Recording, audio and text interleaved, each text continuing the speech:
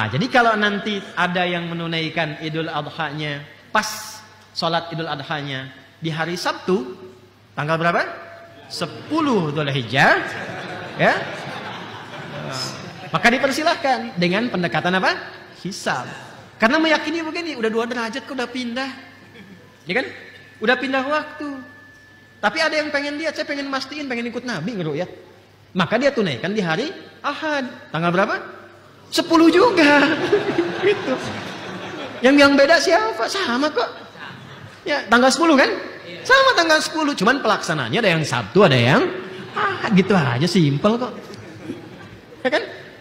Hah? Terus kenapa Muhammadiyah sama dengan Saudi? Karena Saudi waktu lihat hilalnya udah naik di 5 derajat, ya kan? Ya, yang di sini yang Muhammadiyah di sini menghitung pakai hisab, menggunakan 2 derajat. Bukan cuma Muhammadiyah, ada yang lain juga. Ya, ya. Kalau Ustadz bagaimana?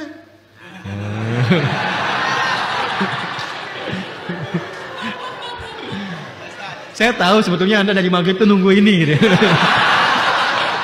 Tahu saya. Makanya saya simpan di ujung. Ntar aja dulu lihat. Ya, jadi paham ya? Paham tidak? Nah, jadi kalaupun ada yang menetapkan kemudian hari Sabtu, hari Ahad saling menghormati, karena memang itu dibolehkan secara syariat. Dari Quran dalilnya ada, dari hadis ada, jaminan undang-undangnya pun ada. Hanya kedewasaannya saja yang harus kemudian kita tampilkan. Adapun kajian ini biarkan para ahlinya, para pakarnya. Yang bukan pakar, diam aja. Ikuti aja. Sekarang semua jadi pakar gitu. Saya heran juga. Ya, saya kalau ke dokter telinga itu nggak pernah komen tentang mata. Dokter mata nggak pernah komen tentang jantung. Semua punya spesialisasi sendiri. Tapi kalau urusan agama, semua komen. Bingung juga saya tuh kadang-kadang ya. Semua komen tuh. Ya, politisi komen, ini komen, itu komen. Tahan aja dulu. Ya, supaya tetap ada di garisnya masing-masing. Jelas ya?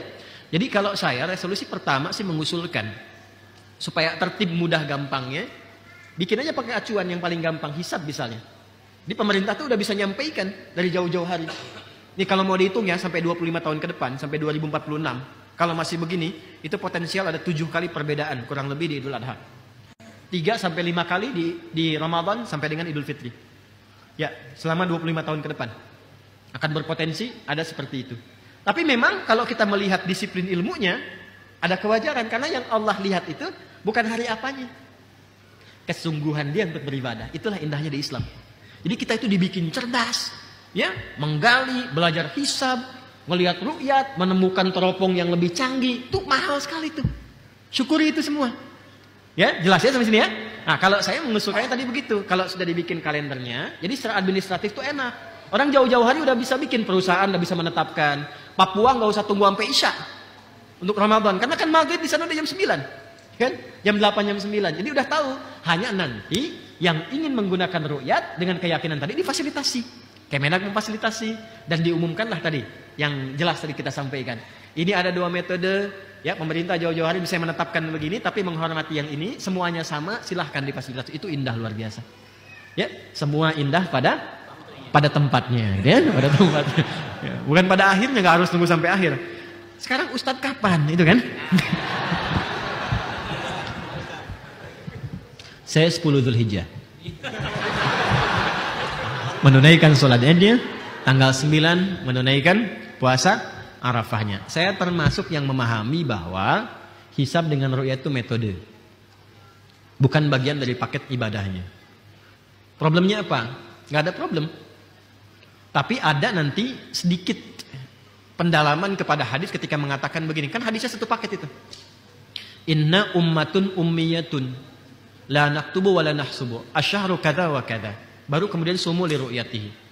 Kalau itu dipahami sebagai ibadah, maka konsekuensinya menjadi ummi itu bagian dari ibadah juga.